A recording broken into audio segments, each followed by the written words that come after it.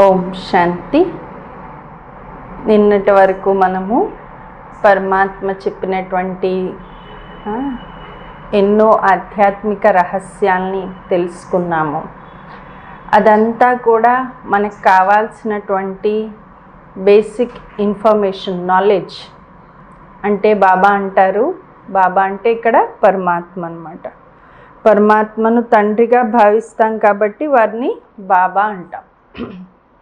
అయితే ఇక్కడ పరమాత్మ మనకి ఇప్పటి వరకు తెలియచేసింది, ఒక డ్రామాలో యాక్టర్, హీరో యాక్టర్ ఉన్నారనుకోండి, ఆయనకి తన రోల్ ఒక్కటే తెలిస్తే సరిపోదు కదా, సృష్టి నాటకం అంతటి గురించి తెలిసి ఉండాలి. డ్రామా అసలే బిగినింగ్ ఏంటి, క్లైమాక్స్ ఏంటి, మధ్యలో ఎలాగ ట్విస్ట్ అవుతుంది, ఇవన్నీ తెలియాలి కదా. అలా భగవంతుడు ఇప్పటి వరకు మనకి మన గురించి, మన క్యారెక్టర్ ఏంటి, మన రోల్ ఏంటి, అలాగే ఈ సృష్టి నాటకంలో ఎట్లా పరివర్తన అవుతుంది, ఏం చేంజ్ అవుతుంది, ఇవన్నీ మనకి తెలియచేశారు.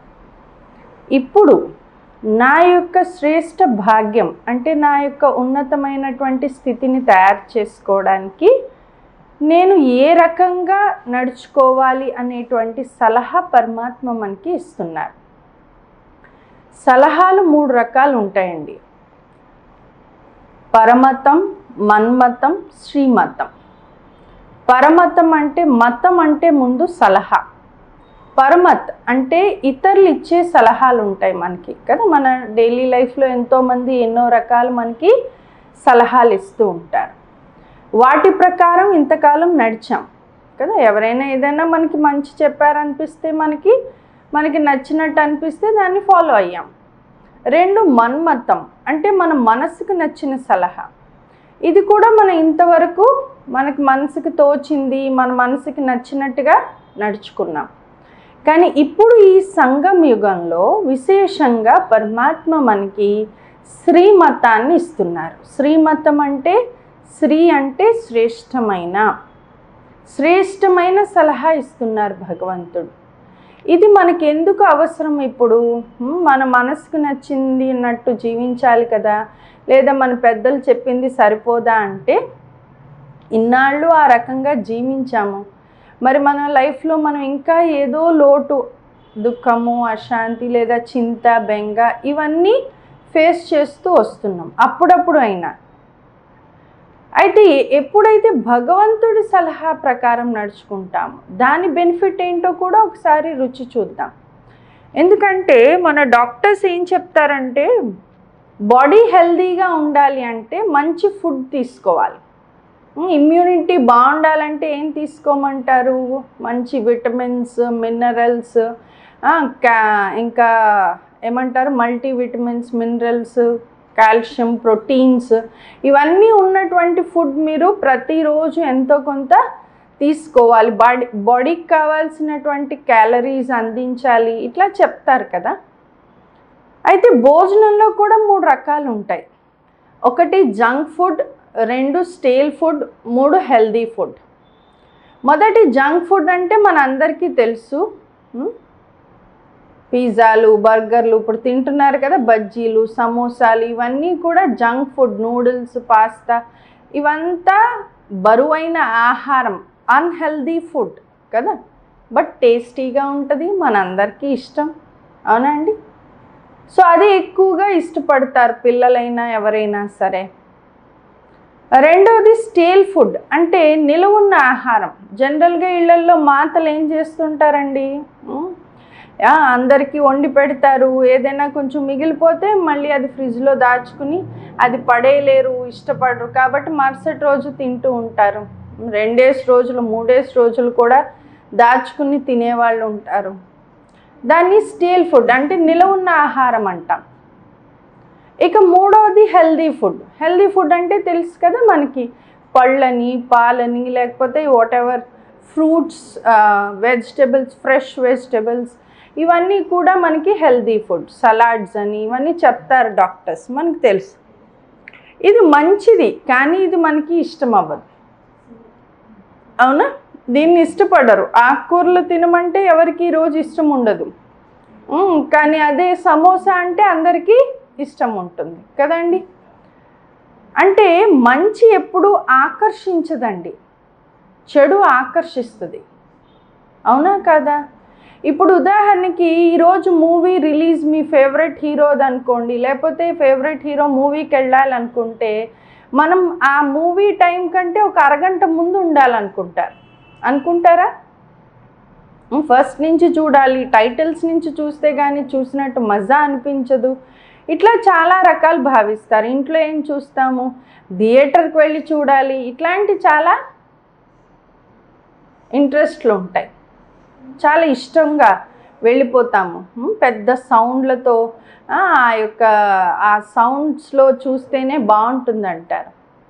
అదే ఒక సత్సంగానికి వెళ్ళాలంటే ఏమంటాం, ఓ 10 నిమిషాలు లేట్ అయినా పర్లేదు. ఇప్పుడు క్లాస్ కనెక్ట్ అవ్వాలంటే కూడా ఓ 5 minutes లేట్ అయినా పర్లేదు, ఒక 10 minutes ఏముంది, ఇంచుమించు అర్థమైపోతుందిలే, ఆ విషయాలే కదా.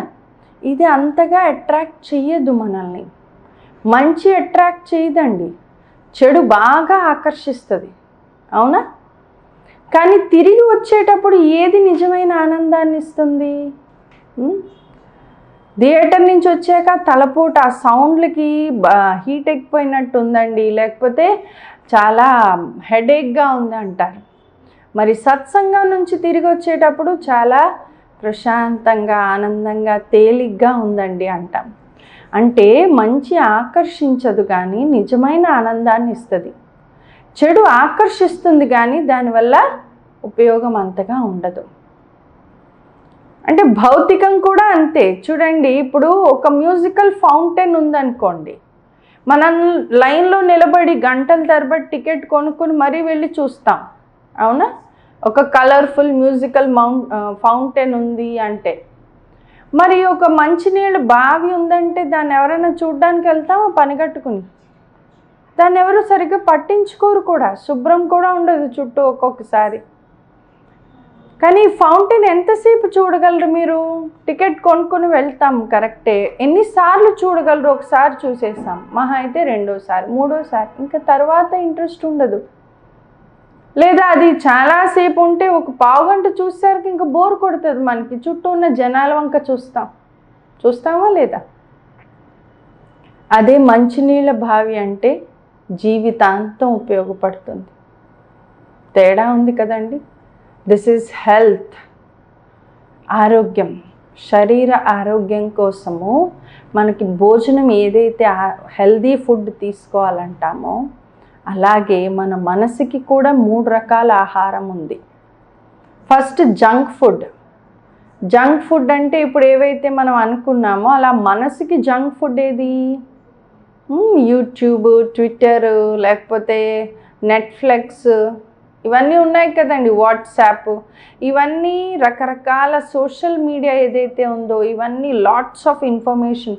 ఏదో మెసేజ్ వస్తుంది, ఏదో మెయిల్ వస్తుంది, ఇంకోటి ఏదో కొత్త ఇన్ఫర్మేషన్, ఎక్కడవక్కడివి ఏవేవో, అందులో సగం పైగా ఫాల్స్ న్యూసే ఉంటాయి. బట్ దానివల్ల అనవసరమైన ఇన్ఫర్మేషన్ లోపలికి చాలా చాలా పంపించేస్తున్నాం. అప్డేటెడ్ ఇన్ఫర్మేషన్ అంటారు, బ్రేకింగ్ న్యూస్ అంటారు, ఫ్లాష్ న్యూస్ అంటారు. ఇట్లా అనేక సార్లు మనం అన్నెసెసరీ ఇన్ఫర్మేషన్ని లోపలికి పంపిస్తూ ఉన్నాం. This is unhealthy food, junk food అన్నమాట. అన్ని వైపుల నుంచి సమాచారాలు కలెక్ట్ చేసేస్తున్నాం. ఈరోజు ఎక్కువ తెలుసుకోవాలన్న ఆరాటంలో పడిపోతూ మన లెఫ్ట్ హెమిస్ఫియర్, అంటే మన బ్రెయిన్లో 2 హెమిస్ఫియర్స్ అంటారు కదా, లెఫ్ట్ ఏంటంటే నాలెడ్జ్ తీసుకోవడం, receiving, and right is for store చేయడానికి. ఇది ఎక్కువ వాడుతున్నాం, దీనికి ఎక్కువ స్పేస్ పట్టేస్తుంది, అండ్ స్టోరింగ్కి మర్చిపోతున్నాం. ఎందుకంటే అన్నెసెసరీ వేస్ట్ అంతా లోపలికి పంపిస్తున్నాం కాబట్టి. అందుకే యూస్ఫుల్ ఇన్ఫర్మేషన్ ఉండట్లేదు. ఇప్పుడు చూడండి, ఒక డస్ట్బిన్ పక్కన స్వచ్ఛమైన పాలను పెట్టండి, పాలు నిలుస్తాయా? విరిగిపోతాయి కదా. అలాగే మీరు రోజంతా అన్నెసెసరీ అన్హెల్దీ ఇన్ఫర్మేషన్ లోపలికి పంపించి ఒక గంట ఏవైనా మంచి విషయాలు విన్నా, చదువుకున్నా, లేదా ఇంపార్టెంట్వి చదువుకున్నా అవి నిలబడవండి. ఎందుకంటే వేస్ట్ పక్కన పెట్టాం వాటిని కదా. సో ఈ జంక్ ఫుడ్ని వీలైనంత వరకు మనం తగ్గించుకోవాలి. రెండవది స్టీల్ ఫుడ్ అంటే నిల్వ ఆహారం. మరి గతించిపోయిన విషయాల గురించి ఎంత ఆలోచిస్తూ ఉంటారండి ఈరోజు. ఒక స్టాటిస్టిక్స్లో తెలిసిందండి విషయము, 80% మనిషి ఈరోజు గతంలో జీవిస్తున్నాడట. అంటే 80% జరిగిపోయిన విషయాలే తలుచుకుంటూ ఉంటారు. నిన్న జరిగిందేంటి, గంట క్రితం జరిగిందేంటి, సంవత్సరం క్రితం, నెలల క్రితం, సంవత్సరాల క్రితానివి కూడా తలుచుకుంటూ ఉంటాం. అప్పుడు ఆవిడ అలా అన్నారు, ఆ చిన్నప్పుడు నా సార్ నన్ను ఇలా అనేసారు, లేకపోతే మా తమ్ముడితో ఇప్పుడుతో నేను ఫ్రీగా ఉండలేను ఎందుకంటే వాడికి అలాంటి ఇంప్రెషన్ ఉంది నా మీద, నన్ను అన్ని మాటలు అన్నాడు ఆ రోజు. ఇట్లా అవన్నీ తలుచుకుని వర్తమానం మనం కోల్పోతూ ఉంటాం. వర్తమానం మనం ప్రజెంట్ మూమెంట్ని ఎంజాయ్ చేయలేం కదా. 80% we are living in the past అంట. 12% అబౌట్ ఫ్యూచర్, భవిష్యత్తు గురించి 12% ఆలోచిస్తూ ఉంటాం. దీని తర్వాత ఏం చేయాలి, లేకపోతే రేపు ఏం చేయాలి, 1 వీక్ తర్వాత ఏం చేయాలి, ప్రమోషన్ వస్తే ఏం చేయాలి, టూర్ వెళ్ళాలంటే ఏం చేసుకోవాలి, ఇట్లా ఇప్పుడు ఫ్యూచర్ ప్లానింగ్ ఉండాలండి, ఉండకూడదు అనట్లే. కానీ వర్తమానం వదిలేసి మనం దాని వైపుకి వెళ్తున్నాం. ఎదురుగా పుస్తకం పెట్టుకుంటాం, ఏవేవో ఆలోచిస్తాం. ఎదురుగా వర్క్ ఉంటుంది, డ్రైవింగ్ చేస్తున్నాం, ఏవేవో ఆలోచిస్తున్నాం. మరి వీటి వల్ల మనకు ప్రాబ్లమ్స్ వస్తున్నాయా లేదా? వస్తున్నాయి కదా. ఇంకా 80% పాస్ట్, 12% ఫ్యూచర్ అంటే ఇంకెంత మిగిలిందండి? 8%. Only 8% we are living in present. అంటే ఎంత పోగొట్టుకుంటున్నాను చూడండి. కాన్సన్ట్రేషన్ లేదంటే కేవలం ఈ గడిచిపోయిన విషయాల గురించి ఎక్కువ ఆలోచించడం వల్ల. సో ఆ నిలవ ఆహారం ఎలా అయితే మనకి ఆరోగ్యానికి మంచిది కాదో, మన స్టామినా తగ్గించేస్తుందో స్లోగా, అలాగే ఈ గడిచిపోయిన విషయాల గురించి ఆలోచించడం, గతం కూడా నిలవ ఆహారం లాంటిది. అది మన ఆరోగ్యానికి మంచిది కాదు. మానసికంగా మనం స్ట్రాంగ్గా ఉండాలంటే అది మనకి మంచిది కాదు. మరి హెల్దీ ఫుడ్ కావాలి, పౌష్టికాహారం కావాలి, మల్టీవిటమిన్, మినరల్స్, ప్రోటీన్స్ అన్నీ ఉన్న ఆహారం కావాలి మనసుకి. ఎక్కడ దొరుకుతుంది ఆహారము? భగవంతుడు రోజు చెప్పేటువంటి ఈ మహావాక్యాలు, మురళి అని ఏదైతే అంటున్నామో, ఇది ది బెస్ట్ ప్రోటీన్, మల్టీవిటమిన్ లేదా మినరల్ ఫుడ్ ఏదైతే అనుకోండి, అవన్నీ కూడా ఆత్మశక్తి పెరగడానికి, విల్ పవర్, ఇన్నర్ స్టామినా, మనసు యొక్క శక్తిని పెంచుకోవడానికి ఈ మురళి మనకు అంతగా ఉపయోగపడుతుంది. ఈ మురళి మనం వినేటప్పుడు కొన్ని విధానాలు పాటించాలండి. ఎందుకంటే నేను ఇంతకుముందు క్లాస్లో కూడా చెప్పాను, ఇప్పుడు మళ్ళీ చెప్తున్నాను. ఆత్మలో మనసు, బుద్ధి, సంస్కారాలు ఉన్నాయి కదా. మనసు, బుద్ధి అనేవి ఏం చేస్తున్నాయో మనం విన్నాం, ఆలోచన శక్తి, నిర్ణయ శక్తి అని. అయితే ఇవి ఇంకొక 2 పనులు కూడా చేస్తున్నాయి. ఈ 2 ఫ్యాకల్టీస్ ఏం చేస్తున్నాయి? మనసు అనేది ఆడియోలో పనిచేస్తే బుద్ధి అనేది వీడియోలాగా పనిచేస్తుంది. అంటే విజువలైజేషన్ పవర్. మనసులో ఎలాంటి ఆలోచనలు చేస్తే బుద్ధి అటువంటి విజన్ని చూపిస్తుంది. అంటే ఇమేజెస్, పిక్చర్స్ అన్నమాట. విజువలైజేషన్ అంటే ఇమాజినేషన్ వేరు, విజువలైజేషన్ వేరండి. ఇమాజినేషన్ అంటే అది ఊహించడమే, కానీ లేని దాన్ని ఊహించుకోవడం ఇమాజినేషన్. అసలు అట్లాంటిది లేనే లేదు కానీ దాన్ని ఊహించుకోవడం ఇమాజినేషన్. విజువలైజేషన్ అంటే కనిపించని దాన్ని చూడడానికి ప్రయత్నించడం. ఇప్పుడు ఆత్మ కనిపించదు కదా, కానీ దాన్ని చూసే ప్రయత్నం చేస్తున్నాం మనం బుద్ధి నేత్రంతో. దీన్ని విజువలైజేషన్ అంటారు. పరమాత్మని చూడలేం, కానీ వారిని చూసే ప్రయత్నం చేస్తున్నాం మనం. వారితో రిలేషన్ అనుభవం చేసుకుంటున్నాం, వారి నుంచి శక్తిని తీసుకుంటున్నాం. ఇవన్నీ కూడా which we can't see with these eyes, ఈ కళ్ళతో చూడలేనివి. సో అందుకని మన బుద్ధి నేత్రంతో మనం ప్రతి దృశ్యాన్ని అనుభవం చేసుకునే ప్రయత్నం చేయాలి. మురళి అంటే భగవంతుడు మనకి రాసే ఒక లవ్ లెటర్ లాంటిదండి. ఆయన ప్రేమతో మనకిచ్చే జవాబు, మనకి చెప్పాలనుకుంటున్నది. యాక్చువల్గా భగవంతుడు మనకి ఇప్పుడు కాదండి, ఎప్పుడూ ట్రై చేస్తున్నారు మనకి చెప్పడం కోసం. మనం ఏది అడిగినా తురంత్ అంటే వెంటనే రిప్లై ఇస్తారు ఆయన. కానీ మనమే రిసీవింగ్ స్టేజ్లో ఉండట్లేదు. చెప్పాలంటే భక్తిలో మనకు ఒక విధానం ఉంటుంది చూడండి. గుడికి వెళ్ళినప్పుడు దర్శనం చేసుకున్న తర్వాత కాసేపు అక్కడ కూర్చోవాలంట అంటారు. కూర్చుంటాం కదా మనందరం. ఎందుకు కూర్చోవాలి చెప్పండి? ఎందుకు కూర్చోవాలి? ప్రసాదం తినడానిక? ఎందుకు కూర్చోవాలి? మనము దర్శనం చేసుకునేటప్పుడు మన మనసులో ఉన్న కోరిక కానీ, మన మనసులో ఉన్న భావన కానీ, వాట్ ఎవర్ మన సమస్య కానీ వారితో చెప్పుకున్నాం కదా. మరి అది విన్నారు, ఆయన రిసీవ్ చేసుకున్నారు, మరి ఆయన నాకు రిప్లై ఇస్తారు కదా. ఆ రిప్లైని నేను రిసీవ్ చేసుకోవాలంటే నేను కూడా సైలెన్స్ స్థితిలో కూర్చుంటే నాకు వారి రిప్లై రిసీవ్ అవుతుంది. కానీ మనం ఏం చేస్తున్నాం? అక్కడ ప్రసాదం తింటూ, కబుర్లు చెప్పుకుంటూ, వాళ్ళని చూస్తూ వీళ్ళని చూస్తూ, ఆవిడ డ్రెస్ చూడు ఎలా ఉందో, ఆయన చూడు ఎట్లా ఉన్నారో, వాళ్ళు చూడు ఎలా మాట్లాడుతున్నారో, మొన్న ఏం జరిగిందో తెలుసా, ఇట్లా రకరకాలు, లేదా ఫోన్లో చాటింగ్ చేస్తూ కూర్చుంటున్నాను. ఇప్పుడు నాకు ఒక సమస్య ఉండి మీ దగ్గరకు వచ్చానండి. నేను నా సమస్య అంతా మీతో చెప్పేసుకుని వెంటనే వెళ్ళిపోయాను అనుకోండి. మీరేం చెప్తున్నారో కూడా వినకుండా జస్ట్ నేను వచ్చాను, చెప్పేసుకున్నాను, వెళ్ళిపోయాను. అప్పుడు మీకేమనిపిస్తుంది? ఎందుకు వచ్చారు, ఎందుకు చెప్పారు, ఎందుకు వెళ్ళిపోయారు? ఒకవేళ నిజంగా నాకు మీ నుంచి సలహా కావాలంటే I should SIT in silence కదా. చెప్పేశాక వెయిట్ చేయాలి కదా మీరు చెప్పేది వినేంత వరకు.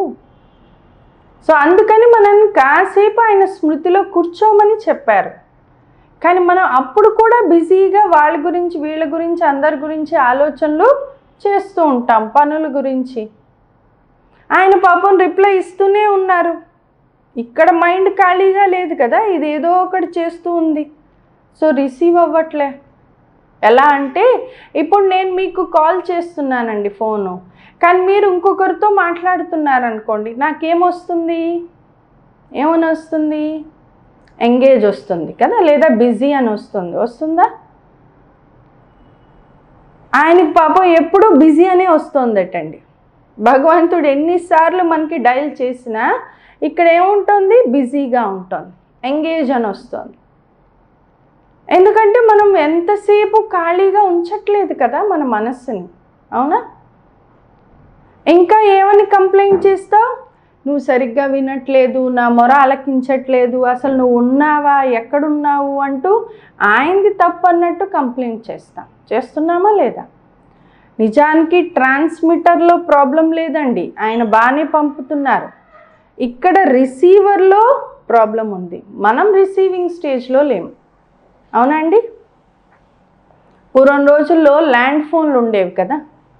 ల్యాండ్ ఫోన్లో ఆ రిసీవర్ సరిగ్గా పెట్టకపోతే పాపం అవతల వాళ్ళు ఎన్నిసార్లు ఫోన్ చేసుకున్నా ఏమవుతుంది? ఎంగేజ్ సౌండ్ వస్తుంది కదా. అలాగే భగవంతుడికి ఎప్పుడూ ఎంగేజే వస్తుందటండి. ఇంకా మనమేమంటాం? ఈ దేవుడు నా మొర ఆలకించట్లేదు, నేను మొక్కుకున్నా నెరవేరలేదు, అందుకని ఇంకో దేవుడి దగ్గరికి, ఏదో ఎయిర్టెల్ సరిగ్గా పనిచేయట్లేదు, జియోకి మారిపోండి అన్నట్టు మారిపోతున్నాం అన్నమాట కదా. నెట్వర్క్లు మార్చేస్తున్నాం. కానీ ప్రాబ్లం అక్కడుందా ఇక్కడుందా? మన దగ్గర ఉంది కదా. సో మనం రిసీవింగ్ స్టేజ్లోకి రావాలి. అలాగే భగవంతుడు కూడా ఇప్పుడు మనకి రిప్లై ఇస్తున్నారు. సరే, ఇప్పటి వరకు మనం రిసీవ్ చేసుకోలేకపోయాం, ఇప్పటికీ మనం ఆ రిసీవింగ్ స్టేజ్లో కంప్లీట్గా రాలేదు. సో ఇప్పుడు ఆయనే డైరెక్ట్గా వచ్చి, ఇంకిక్కడ సిగ్నల్ సరిగ్గా లేదని ఆయనే దగ్గరకు వచ్చి మనకి దగ్గరగా మనకి డైరెక్ట్ రిప్లై ఇస్తున్నారు. అదే ఈ మురళి మహత్వం ఏంటంటే ఆ 2-వే కమ్యూనికేషన్. మనం మెడిటేషన్లో భగవంతుడికి ఏదైతే చెప్పుకుంటామో దానికి డైరెక్ట్ రిప్లై మనకి మురళి ద్వారా లభిస్తుందన్నమాట. ఈ మురళి ఇంకొక ఇంపార్టెన్స్ ఏంటంటే, ఇది ఎలాంటి వాళ్ళైనా, అంటే ఇందులో సీనియర్స్ జూనియర్స్ లేరండి యూనివర్సిటీలో. నిన్న చెప్పాను కదా జానకి దాది లేకపోతే ప్రకాష్ మణి దాది అని, వాళ్ళు అబౌవ్ 70 years నుంచి వాళ్ళు ఈ జ్ఞాన మార్గంలో ఉన్నారు. వాళ్ళు చదువుకున్నా, నేను చదువుకున్నా, మీరు చదువుకున్నా, ఎవరు వింటున్నా సరే ఈరోజు డేట్ మురళి మనకి mount Abu main headquarters నుంచి అన్ని బ్రాంచెస్కి వెళ్తుంది. అదే చదువుకుంటాం అందరం. ఇది భగవంతుడు మనకిస్తున్న reply. And the miracle of this Murli ఏంటంటే, ఎవరికైనా వాళ్ళ యొక్క సొల్యూషన్ అందులో ఉంటుంది. అంటే 70 years నుంచి ఉన్న వాళ్ళకైనా, 50 years నుంచి ఉన్న వాళ్ళైనా, 10 days నుంచి వింటున్న వాళ్ళైనా, లేదా ఈరోజే మురళి వింటున్న వాళ్ళైనా, వాళ్ళకి కూడా ఇందులో రిప్లై ఉంటుంది. అంటే మనందరినీ భగవంతుడు ఎంత అబ్జర్వ్ చేసి మనకి డైరెక్షన్ ఇస్తున్నారనేది మనకే ఎక్స్పీరియన్స్ అవుతుంది. నేను చెప్పడం కాదు, వింటుంటే మీకే ఎక్స్పీరియన్స్ అవుతుంది. మీరే అంటారు, అరే నేను అనుకున్న డౌట్ ఈరోజు మురళిలో బాబా ఆన్సర్ చెప్పేస్తారు నాకు అని. అంటే మురళి ద్వారా మనకి సొల్యూషన్ ఎప్పటికప్పుడు వెంటనే పరమాత్మ మనకి అందించేస్తూ ఉంటారన్నమాట. అది మురళి యొక్క మహత్వం. అంటే ఆయన నుంచి మనకి రిప్లై వస్తుంది. భక్తిలో ఒక కథ చెప్తారండి, అది నాకు చాలా ఇష్టం, ప్రతిసారి కోర్సులో చెప్తూ ఉంటాను. ఏంటంటే, నారదుడు 3 లోకాలు సంచరిస్తారని చెప్తారు కదా. అంటే 3 లోకాలు తిరుగుతారు, సంచరిస్తారు. అక్కడ 3 లోకాలు అంటే మామూలుగా మనకి కథల్లో చెప్పేదేంటి, పైన స్వర్గము, కింద నరకము, మధ్యలో భూమి అని. సో నారదుడు ఏం చేస్తారంటే, ఒకసారి పైకి వెళ్తాడు, వెళ్ళి వైకుంఠానికి వెళ్ళి విష్ణుమూర్తిని స్వామి అని పిలుస్తాడు. ఆయన పలకరు. మళ్ళీ పిలుస్తాడు, పలకరు. మళ్ళీ గట్టిగా పిలుస్తారు, అయినా పలకరు. అప్పుడు అరుస్తాడు గట్టిగా. అప్పుడు విష్ణుమూర్తి, ఏంటి నారదా, ఎంతసేపు అయింది వచ్చి, ఏం చేస్తున్నావు అని అడిగాడు. ఎలా ఉన్నావు? ఏంటి స్వామి అంత పరధ్యానంగా ఉన్నారు, నేను వచ్చి ఎంతసేపు అయింది, నేను పిలిచాను, అరిచాను, ఇప్పటికి పలికారు మీరు, ఏంటి అంత దీర్ఘంగా చూస్తున్నారు అంటే, అప్పుడు ఆయన అన్నారు, ఏం లేదు నారదా, నా దగ్గర ఒక లిస్ట్ ఉంది. ప్రపంచంలోకెల్లా ఎవరైతే నన్ను ఎక్కువ ఇష్టపడుతున్నారో, నన్నే నిరంతరం తలుచుకుంటున్నారో వాళ్ళ పేర్లు ఉన్నాయి ఈ లిస్ట్లో. అయితే ఈయనకు కుతూహలం పెరిగింది. స్వామి నేను చూడొచ్చా అని అడిగారు. చూడు నారదా అని ఇచ్చాడు. చూస్తే అందులో ఫస్ట్ పేరు నారద అని ఉంది. చాలా సంతోషపడిపోయాడు ఆయన. ఇంత నా పేరు ప్రపంచంలోకెల్లా ఎవరెక్కువ తలుచుకుంటున్నారంటే ఫస్ట్ నా పేరు ఉంది. ఖుషి అయిపోయాడు ఆయన. మిగతా వాళ్ళ పేర్లు చూస్తూ ఉన్నారు. చూస్తుంటే అందులో ఆయనకి హనుమంతుని పేరు కనపడలే. ఇదేమిటి, హనుమంతుడంటే పరమ భక్తుడు అంటారు, రాముణ్ణి హృదయంలోనే నిలుపుకున్నాడంటారు, మరి ఆయన పేరు లేకపోవడం ఏంటి, రాముడు అంటే విష్ణుమూర్తి అవతారం అంటారు కదా అంటూ లోపల ఆలోచనలు నడుస్తున్నాయి. కానీ అడగలేరు కదా, ఈయన పేరు ఎందుకు లేదు, ఈయన పేరు ఎందుకు పెట్టారు, నా పేరు ఎందుకు పెట్టారు, ఇట్లా అడిగేంత అధికారం లేదు. సో అందుకని తిరిగి ఇచ్చేసి సెలవు తీసుకుని బయలుదేరాడు. కానీ లోపల తొలిచేస్తోంది, హనుమంతుడి పేరు ఎందుకు లేదు అని. సరే ఒకసారి హనుమంతుడికే వెళ్ళి చెప్తాం అనిపించి కిందకి వెళ్ళాడు. వెళ్ళి హనుమంతుడి దగ్గరికి వెళ్ళేసరికి ఆయన రామ రామ అని ధ్యానం చేసుకుంటున్నారు. ఆయన్ని తట్టి పిలిచి, ఇంకా ఆపేవయ్యా, వేస్ట్ నువ్వు చేసేదంతా. ప్రపంచంలోకెల్లా ఎవరెక్కువ చేస్తున్నారంటే అందులో ఫస్ట్ నా పేరు ఉంది, అసలు నీ పేరు లేనే లేదా లిస్ట్లో అన్నాడు. అంటే హనుమంతుడు ఏమీ చెల్లించకుండా, నన్ను నిరంతరం తలుచుకోమని నా స్వామి చెప్పారు, అది చెయ్యడమే నా పని. దాన్ని స్వీకరిస్తాడా స్వీకరించడా అనేది ఆయన పని, నాకు సంబంధించింది కాదు అంటూ మళ్ళీ ధ్యానంలోకి వెళ్ళిపోయాడు. అరే నేను చెప్పేది విను, సరిగ్గా విను అంటూ నారదుడు ఇంకెంత పిలిచినా ఆయన ధ్యానావస్థలోంచి బయటికి రాలేదు. అప్పుడు నారదుడు అనుకున్నాడు, ఓహో నేను అబద్ధం చెప్తున్నాను అనుకుంటున్నాడేమో, నమ్మలేదేమో, అందుకని సరే విష్ణుమూర్తి చేత చెప్పించాను అనుకో, అప్పుడు నమ్ముతాడు కదా అని చెప్పి ఆలోచన వచ్చి మళ్ళీ పైకి వెళ్ళాడు. పైకెళ్ళి విష్ణుమూర్తిని స్వామి అని పిలిచాడు, పలకలే. మళ్ళీ పిలిచాడు, పలకలే. మళ్ళీ గట్టిగా అరిచాడు, ఏంటి నారదా నువ్వు ఇంకా వెళ్ళలేదా అన్నాడు. ఏమిటి స్వామి, నేను వెళ్ళడం అయింది, మళ్ళీ రావడం కూడా అయింది, ఇంకా ఆ లిస్టే చూస్తున్నారా అని అడిగాడు. లేదు నారదా, నా దగ్గర ఇంకొక చిన్న లిస్ట్ ఉంది, అది చూస్తున్నా. ఆ చిన్న లిస్ట్లో ఏముంది అంటే, ప్రపంచంలోకెల్లా ఎవరినైతే నేను ఎక్కువ ఇష్టపడుతున్నాను, నేను ఎక్కువ తలుచుకుంటున్నాను, వాళ్ళ పేర్లు ఉన్నాయ్యా ఇందులో అన్నారు. మరి అందులో ఫస్ట్ పేరు ఎవరిది ఉంటుంది? ఎవరిది ఉంటుందండి? హనుమంతుడిది కదా. అంటే ప్రపంచంలో రెండు రకాలు. కొందరు మానవులు భగవంతుణ్ణి ఇష్టపడి భగవంతుణ్ణి తలుచుకుంటున్నవాడు, ఫస్ట్ లిస్ట్. సెకండ్ లిస్ట్, భగవంతుడే వీళ్ళని తలుచుకుంటున్నారు, ఇది సెకండ్ లిస్ట్. ఏ లిస్ట్లోకి వెళ్దాం మనం? ఫస్ట్ లిస్ట్లోకి వెళ్దామా, సెకండ్ లిస్ట్లోకి వెళ్దామా? మీరందరూ ఒకసారి మీ భుజాలను ఇలాగా తట్టుకోండి, అంటే సభాష్ అనుకోండి. ఎందుకంటే మనందరం ఎంత అదృష్టవంతులం అంటే ఆల్రెడీ మనం సెకండ్ లిస్ట్లోకి వచ్చేసాం. మనకు తెలియకుండానే మనం సెకండ్ లిస్ట్లోకి వచ్చేసాం. భగవంతుడు స్వయంగా ఇష్టపడే లిస్ట్లో ఉన్నామండి మనం. ఎంత అదృష్టం అండి. భగవంతుడు తలుచుకునే లిస్ట్లో ఉన్నాం మనం. లేదా ఇన్ని వందల కోట్ల మందిలో భగవంతుడే మనల్ని ఎన్నుకుని మనకి జ్ఞానం చెప్తున్నారు. చూడండి, ఒక 1000 మంది మధ్యలోనే మన పేరు పిలిస్తే మనం ఎంత ఖుషి అయిపోతాం కదా. 10,000 మందిలో మనల్ని తలుచుకుంటే, మనల్ని చూశారంటే మనకి ఎంత నష వచ్చేస్తుంది. ఇన్ని వందల కోట్ల మందిలో భగవంతుడి దృష్టి నా పైన ఉంది.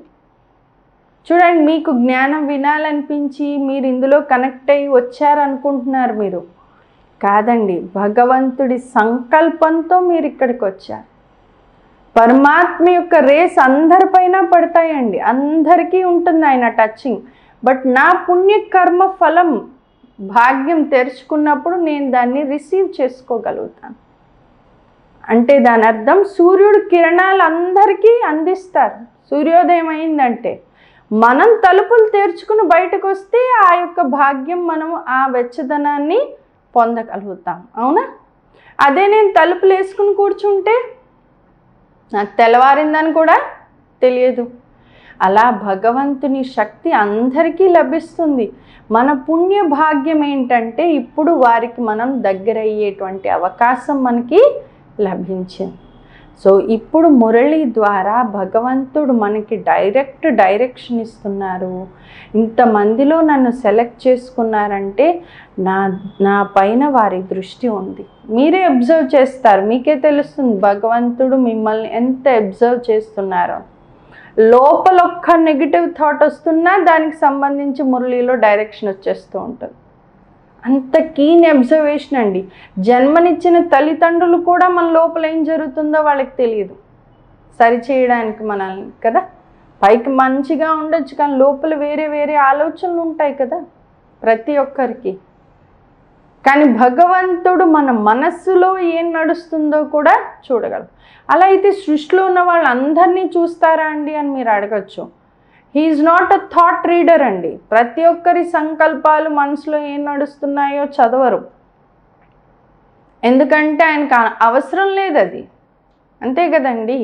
ఇప్పుడు మనందరిలో బోల్డంత చెత్త నడుస్తోంది. అందరిలో ఏం నడుస్తుందో చూస్తే ఆయన శాంతి సాగరుడు కాలేరు, అంత చెత్త వెళ్ళిపోతుంది లోపలికి. He is like an internet, Google.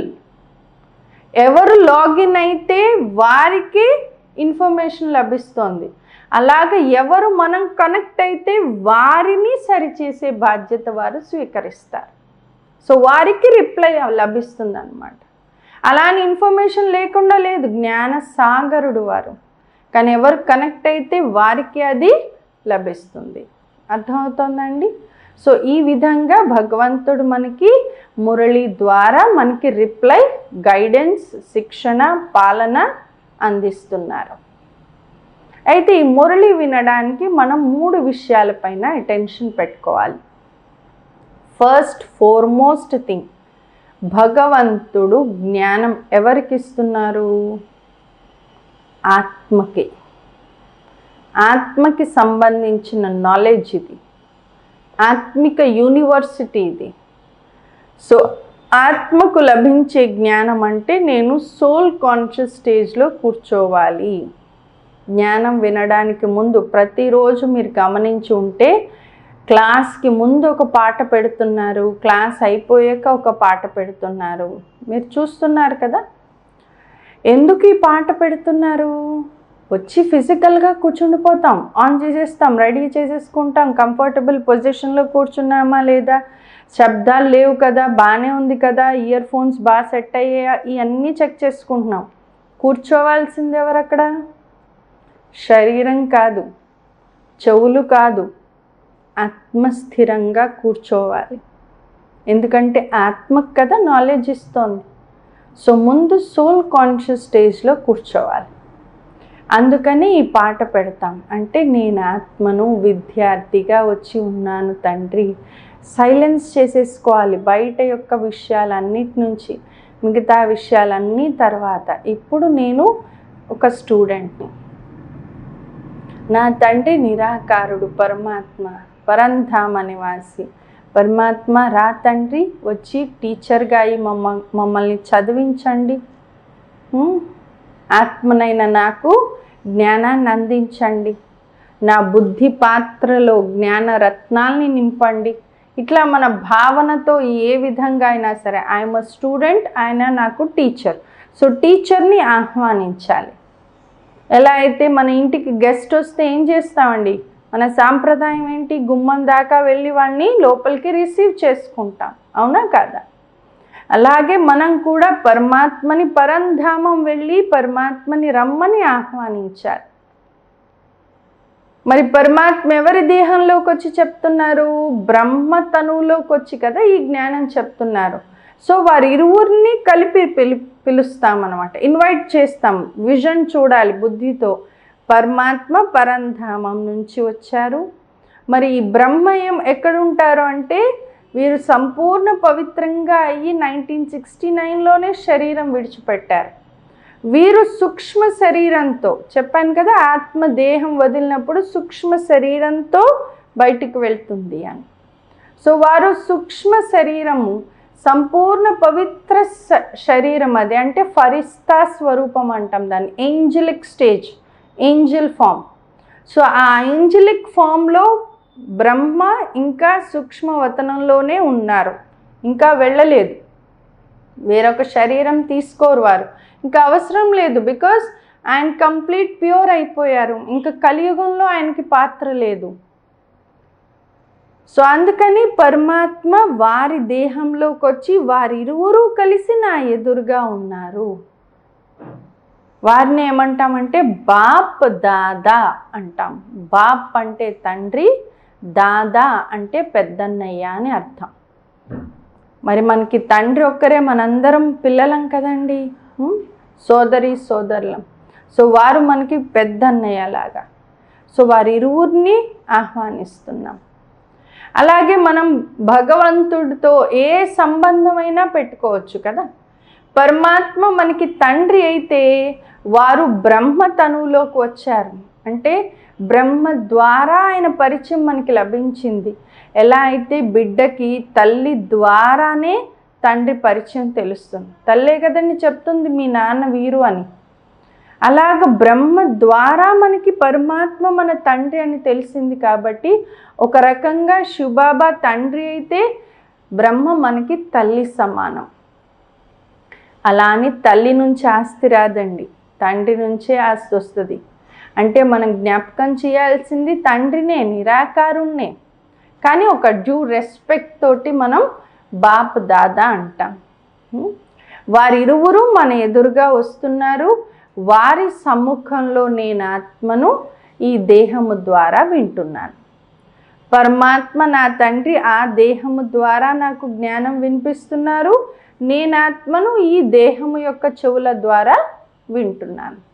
First stage, ఈ స్థితిలో కూర్చుని మనం వినాలి. Soul conscious stage.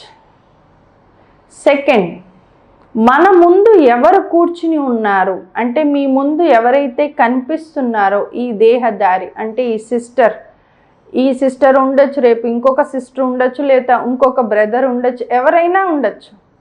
కానీ ఈ దేహదారులు ఎవ్వరూ కూడా మీకు టీచర్లు కాదు. ఇక్కడ ఆత్మలు ఎవ్వరూ టీచర్లు కాదండి, అందరూ స్టూడెంట్సే. మరి ఈ సిస్టర్ని అంటే ఇక్కడ కూర్చున్న వాళ్ళు ఎవరిని మీరు తలుచుకున్నా మీకు నయా పైసా పుణ్యం రాదు. పరమాత్మ ఏమంటారు, నిరాకారుణ్ణైన నన్ను మాత్రమే జ్ఞాపకం చేయండి. ఏ దేహదారి వల్ల మనకి జమ అయ్యేది లేదు. మరి ఇక్కడ సిస్టర్స్ ఎందుకున్నారు అంటే ఆశ్రమంలో భగవంతుడు బ్రహ్మ తనువు ద్వారా చెప్పినటువంటి జ్ఞానం ఏదైతే ఉందో ఇది హిందీ భాషలో చెప్పబడుతోందండి. ఎందుకు హిందీ? బ్రహ్మ తనువులో ఏదైతే అంటే వారికి వచ్చిన లాంగ్వేజ్ ఏదైతే ఉందో ఆ లాంగ్వేజ్ ద్వారానే కదా ఎక్స్ప్రెస్ అవుతుంది. సో అందుకని హిందీ భాషలో చెప్పబడుతోంది. మరి దాన్ని ట్రాన్స్లేషన్ చేయడం కోసమని సిస్టర్స్ ఉంటారు ఆశ్రమంలో నిమిత్తంగా. అంటే జస్ట్ లైక్ ఎలా అంటే పూర్వం రోజుల్లో ఉత్తరాలు రాసుకునేవారు చూడండి. పిల్లల దగ్గర నుంచి ఉత్తరాలు వస్తే పెద్దవాళ్ళకి పాపం వాళ్ళు చదువుకొని వాళ్ళైతే చదవలేకపోతే ఆ తీసుకొచ్చిన పోస్ట్ మ్యాన్ని చదవమంటారు. ఆయన చదువుతూ ఉంటారు. పోస్ట్ మ్యాన్ చదువుతున్నప్పుడు వింటున్నప్పుడు ఈ తల్లికి కానీ తండ్రికి కానీ వింటున్నంతసేపు వాళ్ళ కళ్ళ ముందు ఎవరు కనిపిస్తారు? ఎవరికి వారు కనిపిస్తారంటే ఆ ఉత్తరం రాసినటువంటి ఆ కొడుకో కూతురో కళ్ళ ముందు కనిపిస్తూ ఉంటారు. వాళ్ళ ప్రేమ కనిపిస్తూ ఉంటుంది కదండి. అంతే తప్ప ఈ దేహదారి పోస్ట్ మ్యాన్ కనిపిస్తారా? అలాగా ఇక్కడ ఉన్నటువంటి నిమిత్తమైన సిస్టర్స్ అందరూ ఒక రకంగా పోస్ట్ మ్యాన్ సర్వీస్ చేస్తున్నారు. అంటే భగవంతుడు ఆయన ప్రేమను ఏదైతే వ్యక్తం చేస్తున్నారో దాన్ని వివరించడానికి, చదివి చెప్పడం కోసం, ట్రాన్స్లేషన్ చేయడానికి మాత్రమే ఉన్నారు. కాబట్టి మన ముందు ఏ దేహదారి ఉన్నా, ఏ సిస్టర్ కూర్చున్నా మనకి సంబంధం లేదు. ఈరోజు నిన్న అక్కయ్య చెప్పారు, రేపు ఈ సిస్టర్ చెప్పారు, లేకపోతే ఇంకొకరు చెప్పారు, ఇట్లాంటివి మనకి థాట్స్ కూడా రాకూడదు. మనకి నిరాకారుడు పరమాత్మ మన టీచర్, నేను ఆత్మను విద్యార్థిని, స్టూడెంట్, గాడ్లీ స్టూడెంట్ లైఫ్ మనది. ఓకే, సో సిస్టర్స్ తోటి ఎట్లాంటి రిలేషన్ కానీ ఎటువంటి మైండ్లో కూడా మనకి వీరి యొక్క రూపం ఉండకూడదు.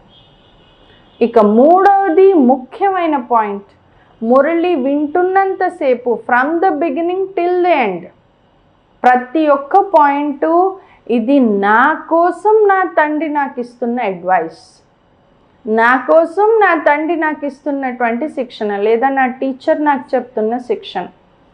నా కోసం, మన కోసం వద్దండి. మన అనుకున్నప్పుడు ఏమనుకుంటామంటే ఇదిగో ఈ పాయింట్ మా అబ్బాయి వింటే బాగుండు, తను కొంచెం బాగుపడతాడు, లేదా ఈ పాయింట్ మా అత్తగారు వింటే బాగుండు, ఆవిడ గురించే చెప్పారు ఈరోజు అన్నట్టు ఒక్కొక్క పాయింట్ అందరికీ పనిచేస్తాం. ఆఖరికి మనకేం ఉంచుకోం, అవునా? ఎందుకంటే మన లోపల ఇంటర్నల్గా ఒక ఇంటెన్షన్ ఉండిపోయింది, వీళ్ళు మారితే బాగుండు, వాళ్ళు మారితే బాగుండు, వీళ్ళు మారితే బాగుండు అని కదా. అందుకని అది ఉండకూడదు మనలో. అంటే మనం ప్రతి పాయింట్ నా కోసం, ఒకవేళ భలే నేను శాంతిగా ఉండొచ్చు, అయినా ఈరోజు బాబా చెప్పారు, ఈరోజు నువ్వు కోపం చేయరాదు, క్రోధము మహా పెద్ద శత్రువు అని చెప్పారు.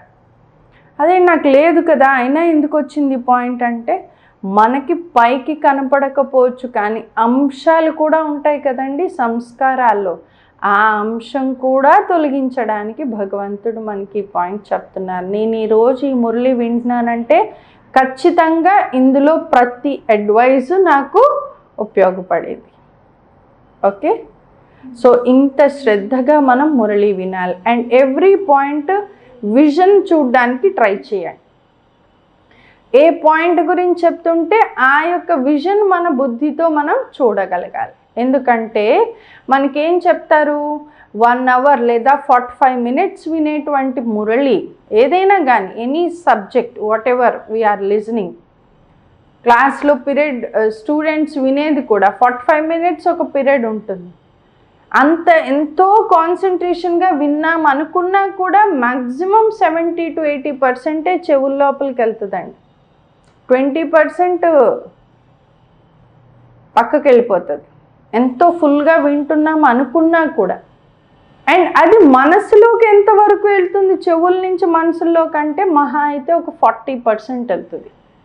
మనసుకి హత్తుకుంటాయి, ఈ పాయింట్ చాలా బాగుంది, ఈ పాయింట్ నాకు ఉపయోగపడుతుంది, నిజమే కదా, బాబా చెప్పింది రైట్ కదా, ఇట్లా అనుకుంటాం మనం 40%. కానీ బుద్ధికి టచ్ అయ్యే పాయింట్ మ్యాక్సిమం 5 to 10% ఉంటుంది. అంటే ఇన్నర్ సబ్కాన్షియస్ మైండ్ బుద్ధికి హత్తుకున్న పాయింట్ అన్నమాట. బుద్ధికి ఏది స్పష్టం అవుతుందో అదే ఆచరణలోకి వస్తుంది. మనం గంట సేపు వినేసినా అదంతా ఆచరించేయలేమండి. విన్నది వినగా వినగా మనసులోకి కొంత వెళ్తుంది, మనసులోంచి మళ్ళీ బుద్ధికి హత్తుకున్న పాయింట్ ఎన్ని ఉంటాయంటే 5 to 10 points, 5 to 10 మ్యాక్సిమం అన్నమాట. వాటిని మనం ఆచరణలోకి తీసుకొచ్చేసరికి, సో అందుకని మనం ఎంత ఏకాగ్రతతో వింటే అంత మనం బెనిఫిట్ పొందగలుగుతాం. అందుకని బాబా కూడా మనకి మురళి రమణీయకంగా 4 pages మురళి ఉంటుందండి. టోటల్ 4 pages మురళి ఉంటుంది ఇది. అయితే ఈ 4 pages మురళిని కూడా సబ్ హెడింగ్స్ తోటి వివరించడం జరిగింది. ఫస్ట్ స్టార్టింగ్లో ఉండేది ఏంటి అంటే సారాంశం. సారాంశము అంటే ఎసెన్స్ ఆఫ్ ద మురళి ఉంటుంది. తర్వాత ఒక ప్రశ్న అడుగుతారు. ప్రశ్న ఎందుకంటే మనకి ఎంతవరకు అర్థమైంది, జ్ఞానం ఇప్పటి వరకు ఎంతో విన్నాం కదా, ఈ విన్నటువంటి వాటి ద్వారా మన బుద్ధిలో ఎంతవరకు అది అర్థమైందనే దానికి ఒక ప్రశ్న ఉంటుంది. దానికి జవాబు కూడా చెప్తారు. బట్ మనం ఒకసారి ట్రై చేస్తాం, మనకి ఎంతవరకు అర్థమైంది అనేది చెక్ చేసుకుంటూ మనం కూడా ఆన్సర్ తెలుసుకోవడానికి చెప్పడానికి ట్రై చేస్తారనమాట. తర్వాత ఈ 4 pages మురళి ఉంటుంది. ఈ మురళి అయిపోయిన తర్వాత లాస్ట్లో పరమాత్మ మనకి గుడ్ విషెస్ చెప్తారు, గుడ్ మార్నింగ్ అని విష్ చేస్తారు, ప్రతిరోజు నమస్తే చెప్తారు. అలాగే తర్వాత హోంవర్క్ పాయింట్స్ అంటాం, అంటే ధారణ పాయింట్స్. ధారణ అంటే ఆచరణ కదా, ఆ రోజు మనం బాబా ఏం చెయ్యాలి అన్నది హోంవర్క్ ఇస్తారనమాట. ఇది రాసుకొచ్చేది కాదండి, ప్రాక్టికల్ హోంవర్క్, అంటే ఆచరణలోకి మనం ఎంతవరకు తీసుకురాగలం. తర్వాత ఒక బ్లెస్సింగ్ ఇస్తారు, ప్రతిరోజు ఒక వరదానం ఇస్తారు. ఎలా అయితే మనం గురువుల దగ్గరికి వెళ్ళి ఆశీర్వదించండి అని అడుగుతాం, పెద్దవాళ్ళని ఆశీర్వదించమంటాం, మరి భగవంతుడు మనకి ఆశీర్వాదం ఇస్తున్నారు. మామూలుగా అయితే మహా అయితే మనకి తెలిసిన మనుషులకి తెలిసిన ఆశీర్వాదాలు ఎన్ని ఉంటాయి, ఆయుష్మాన్ భవ, చిరంజీవ, సౌభాగ్యవతి భవ కదా, ధనవాన్ భవ, ఇంతవరకే ఒక 4, 5, 6 ఉంటాయి అంతే కదండి.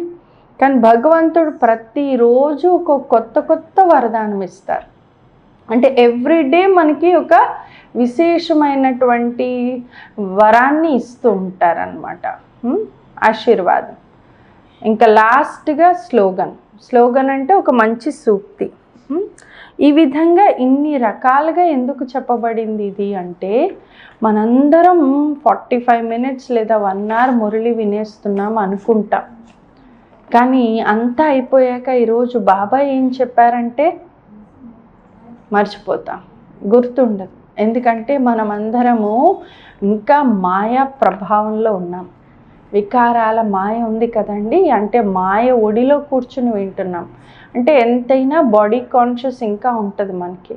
మనం అటెన్షన్ పెట్టుకుంటూ నేను ఆత్మనన్న కాన్షియస్లో ఉండే కొద్దీ మురళి మనకి బాగా గుర్తుంటుంది. బాడీ కాన్షియస్లోకి వచ్చే కొద్దీ మనం మురళి మర్చిపోతూ ఉంటాం. వింటాం, అర్థమైనట్టే ఉంటుంది, తెలిసిపోయినట్టే ఉంటుంది, కానీ మళ్ళీ చెప్పమంటే పాయింట్ గుర్తుండదు అన్నమాట.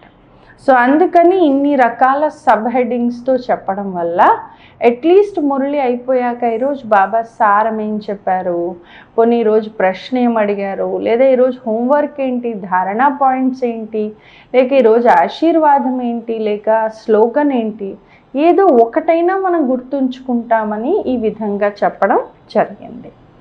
సో మనం మురళి వినేటప్పుడు ఎప్పుడు కూడా సోల్ కాన్షియస్ స్టేజ్లో పరమాత్మని టీచర్గా ఆహ్వానిస్తూ మనం వారి స్మృతిలో కూర్చుని వినాలి. ఇప్పుడు 1 నిమిషం మనం కూర్చుని బాబా యొక్క మురళి అట్లీస్ట్ సారాంశం చదువుకుందాము, essence of the Murli. Okay, 1 నిమిషం మనం నేను ఆత్మను, కనిపిస్తున్న ఈ దేహము నేను కాదు, నేను ఆత్మిక శక్తిని, చైతన్యాన్ని,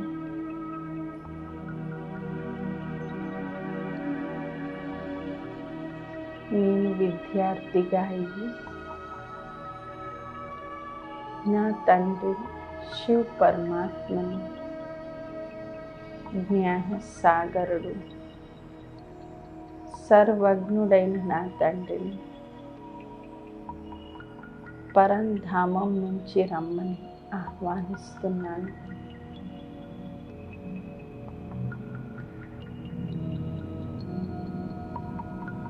పరంపిత, పరం శిక్షకుడైన నా తండ్రి శివ పరమాత్మ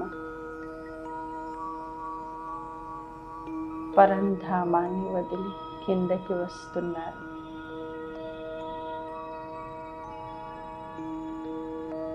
సూక్ష్మవతనంలో ఉన్నటువంటి సంపూర్ణ పవిత్ర ఫరిస్తా బ్రహ్మ తనువులోకి వచ్చి ఉన్నారు. వారి బ్రుకుటి స్థానంలో ప్రకాశిస్తూ ఉన్నారు. వారిరువురు కలిసి ఈ సాకార వతనంలోకి, నా సమక్షంలోకి వచ్చి ఉన్నారు.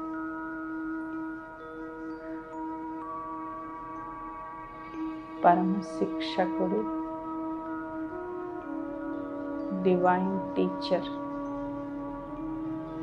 పరమాత్మ ఎదురుగా ఉన్నారు. నేను ఆత్మను నా బుద్ధి పాత్రలో జ్ఞానరత్నాన్ని నింపుకునేందుకు సిద్ధంగా ఉన్నాను.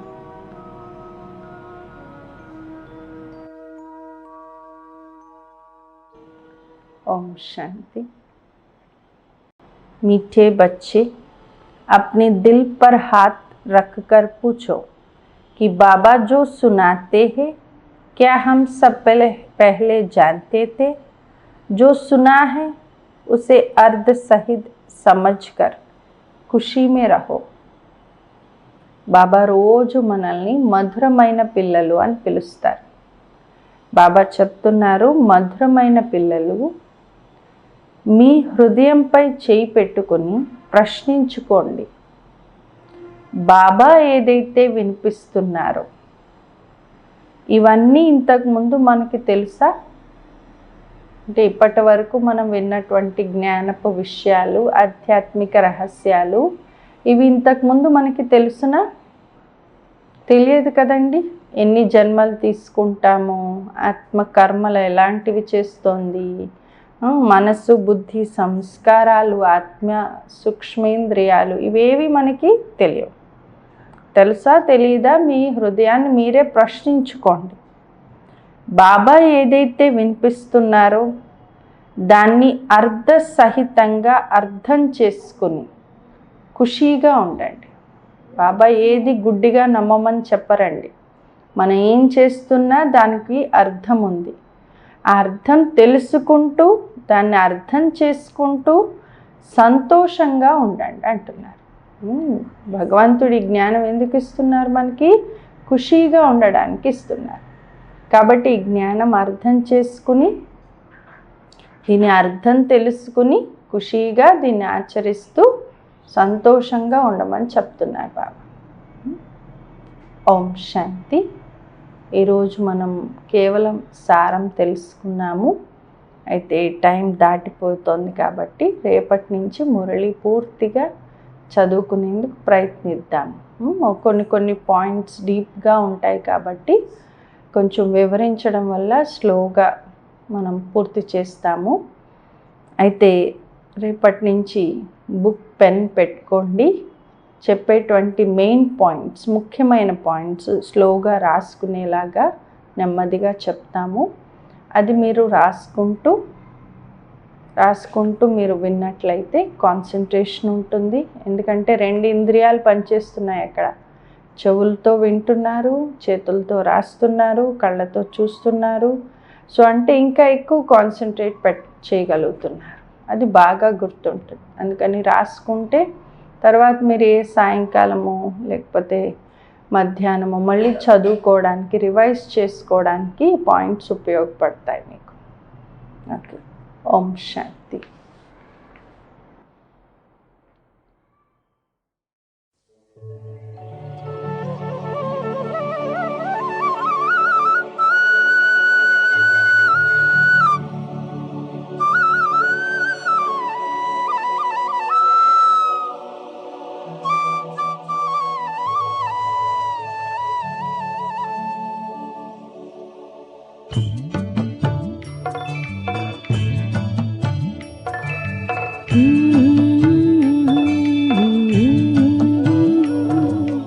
బాబా నీ తీయని మురళీరవళి వినిన మనసు పులకరించే. ఓ వినిన మనసు పులకరించే.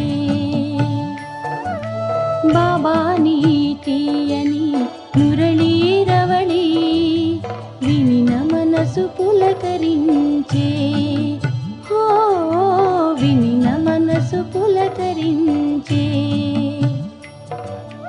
రాసలీలలే ఆడి పాడి, రాసలీలలే ఆడి పాడి పరవశించి మనసు ఊయలుగే. ఓ పరవశించి మనసు ఊయలుగే. బాబా నీ తీయని మురళీరవళి వినిన మనసు పులకరించే. ఓ వినిన మనసు పులకరించే.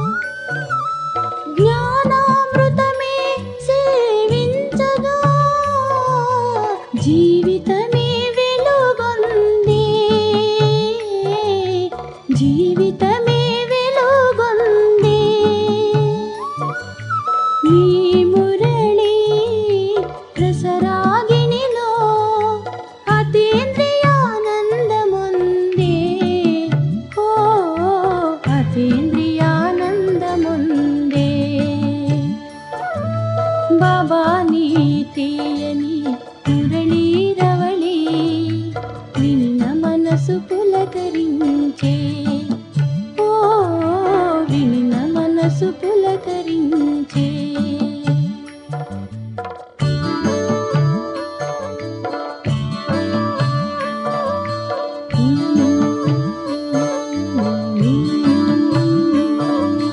బాబాని మురళిలో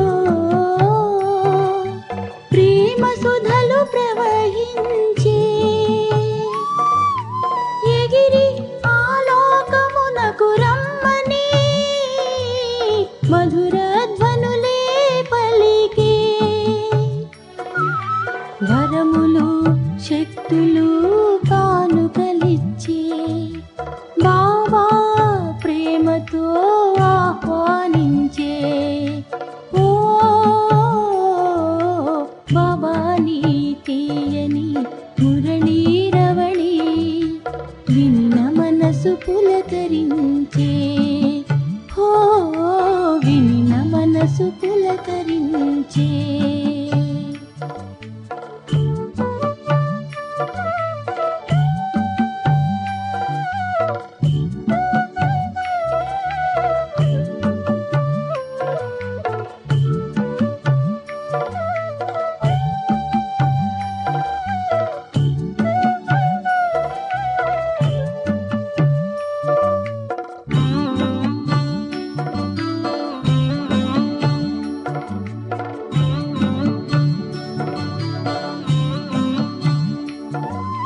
జ్ఞానవాణి ప్రభవించి మదిలో ఆశా జ్యోతులు వెలిగే ఓ ఆశా జ్యోతులు వెలిగే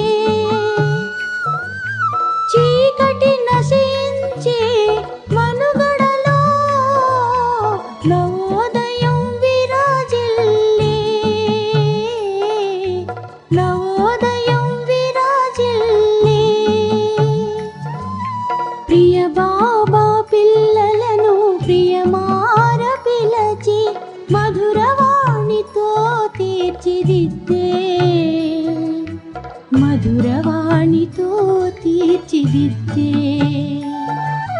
బాబాని తీయని మురళీరవళి వినిన మనసు పులకరించే ఓ వినిన మనసు పులకరించే వినిన మనసు పులకరించే ఓ వినిన మనసు పులకరించే